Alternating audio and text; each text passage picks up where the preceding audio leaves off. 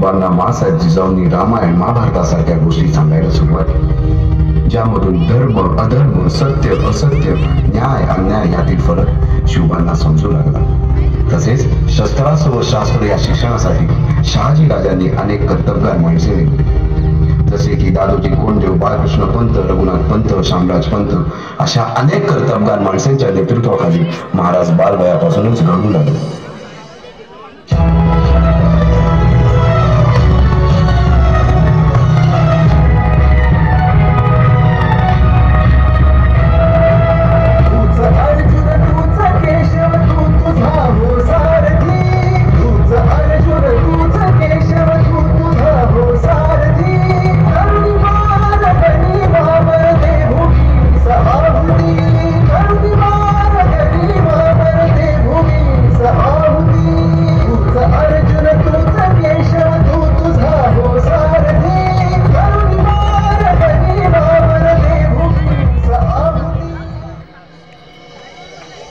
माणसे निष्ठावंत मावे घडवावे लागतात.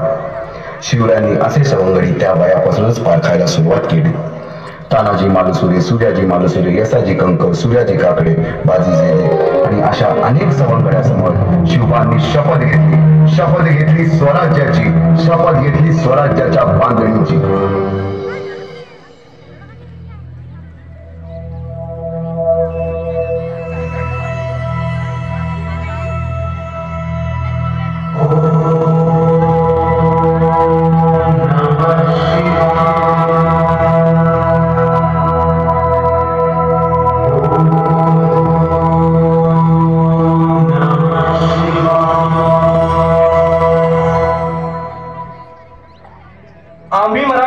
आम्ही मराठे यवनांची पीडा नष्ट करण्यासाठी हिंदवी स्वराज्य स्थापन करीत आहोत. राष्ट्रभावनेने संघटन करून देशावरील परकीयांचे आक्रमण नष्ट करीत आहोत.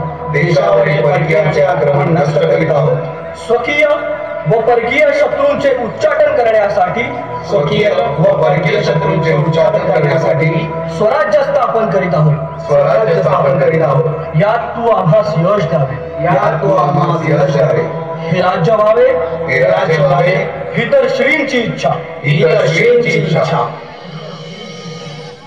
रायरेश्वरासमोर शपथ घेतली आणि स्वराज्याची घोडदौड सुरू झाली. तोरणा किल्ला घेऊन स्वराज्याचे तोरण मागले. पुढे मुरुंब देवाचा डोंगर, कुवारी गड, सुभान मंगल, कोंढाणा, शिरवळचा किल्ला, पुरंदर आणि 12 मावळ स्वतंत्र झाला.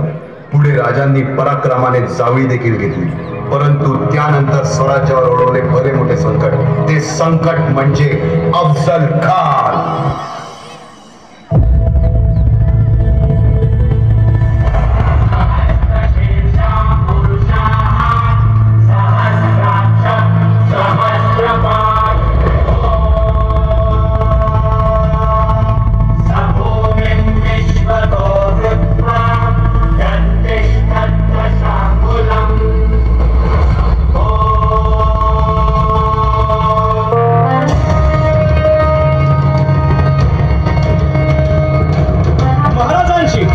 शिवाजी महाराजांची कीर्ती बेफाम होती.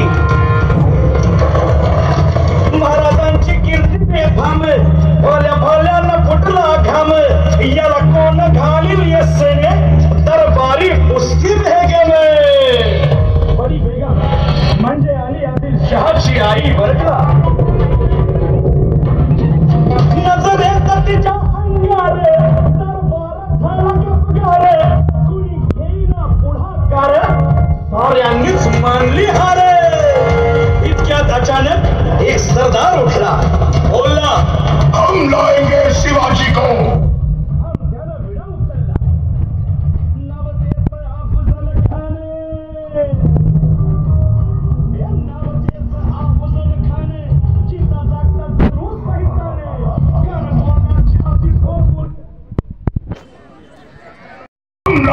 शिवाजी को. आणि त्यानं विडा उचलला.